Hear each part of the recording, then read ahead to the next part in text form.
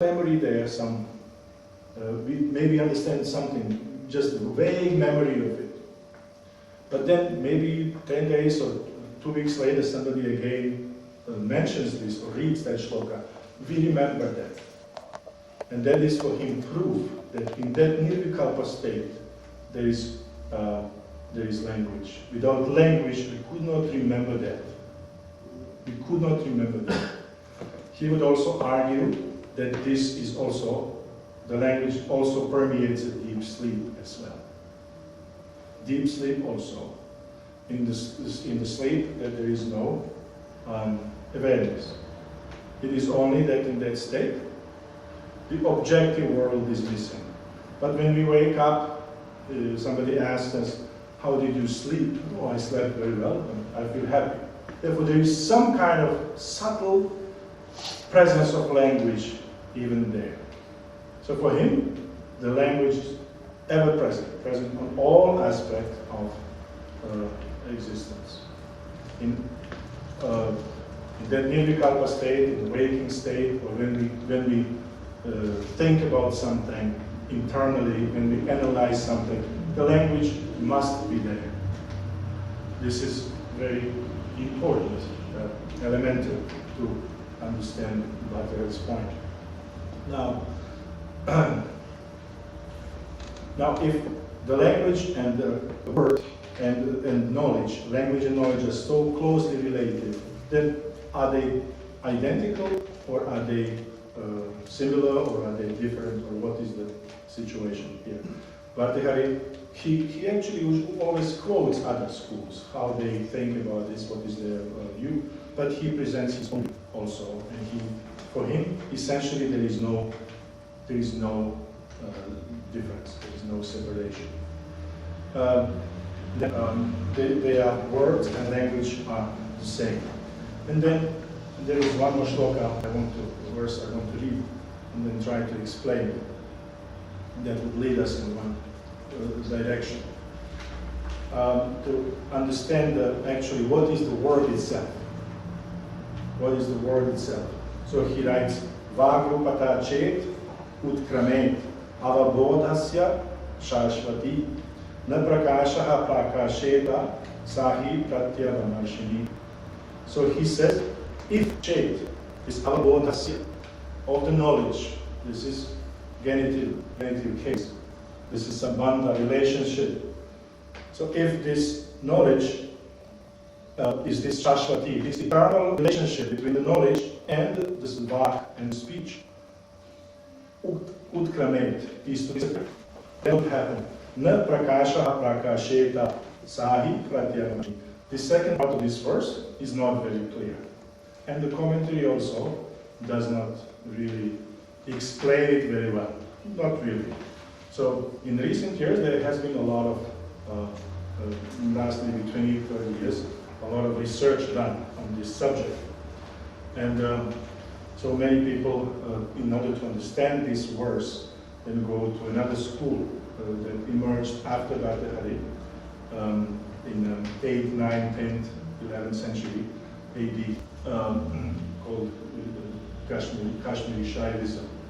And nowadays in the West, many people very much, anybody who studies Indology these days, or religion in America, they study Shaivism. This is very big deal these days. But in India, not that much. Indians are not that concerned with that school. So now, why that school? Because in this school, both of these words, prakasha and pratyavamarshini, occur. Both of these words occur. And they are quite unique.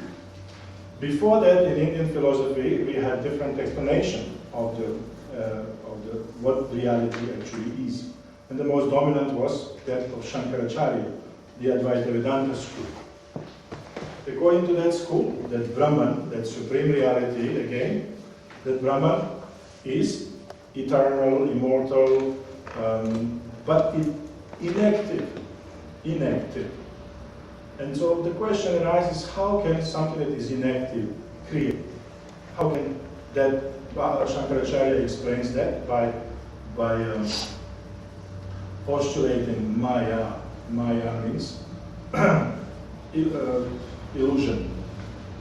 And that illusion he defines as Sat Asat Anirvachaniya.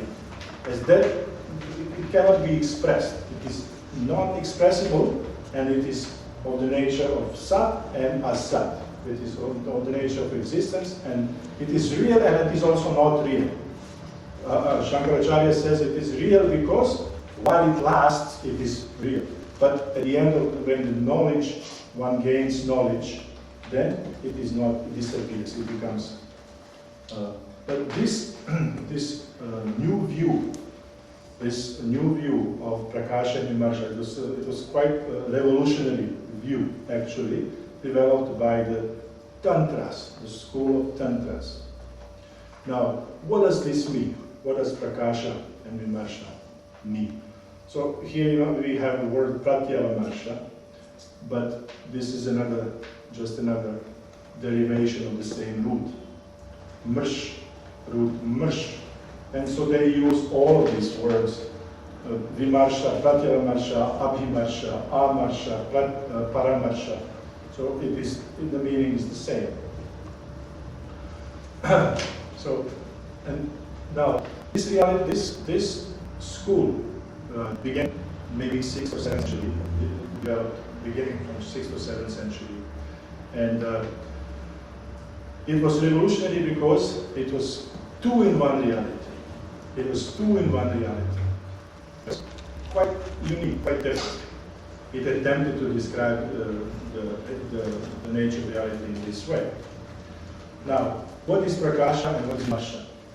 This school of Shaivism is extremely difficult, but it takes really a long time to think about it and dwell on it, to begin to understand. I met many students of Shaivism in India, American or European, and they would always say, "Oh, what is Prakasha? I studied Shaivism 2 or 3 years, and what is Prakasha and what is Vimarsha?"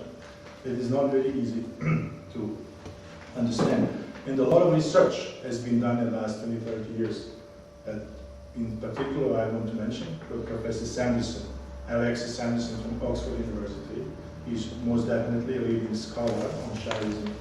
And Professor Torella in Rome, and his teacher, Professor Gnoli, and they all have the same tradition coming from Professor Tucci, some 1920s, 1930s. So they also have contributed, and of course the students of Professor Sanderson have contributed greatly to the understanding of this school. And of course in India also there are several very good scholars worth spending time with. So now let me say what is Prakasha and Vimarsha, and then how can we understand this first. Prakasha means light, literally. But it also means manifestation. Prakasha means light, and it means manifestation. Now, Prakasha se definira svayam prakashate iti prakasha. That light which shines by itself. This light doesn't shine by itself. It needs another power to shine. This light shines by itself. It is the self-luminous light. And that is the light of our awareness. Our awareness, so all the knowledge, all the cognition, all the thinking takes place in the light. Without that light, there cannot be knowledge. Now, what is so manifestation? Now, this Prakasha has two aspects. Prakasha has also two aspects. One transcendent, as Deity, Shiva. And also, that Prakasha shines. And shines, how does it shine? It shines as everything in the universe. It is the thing in itself.